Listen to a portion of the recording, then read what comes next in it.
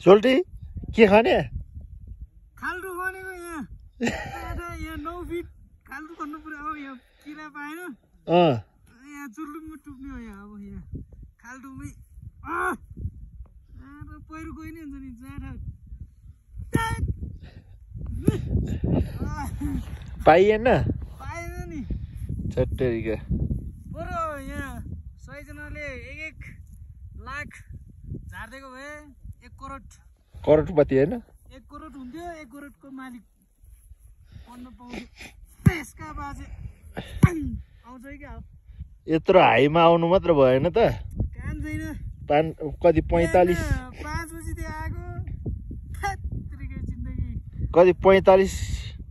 high छ अरे होइन 4500 हाइटमा आइएर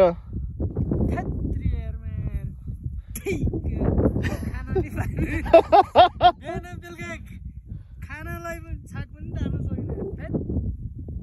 बिजोक रमाइलो भइगयो नि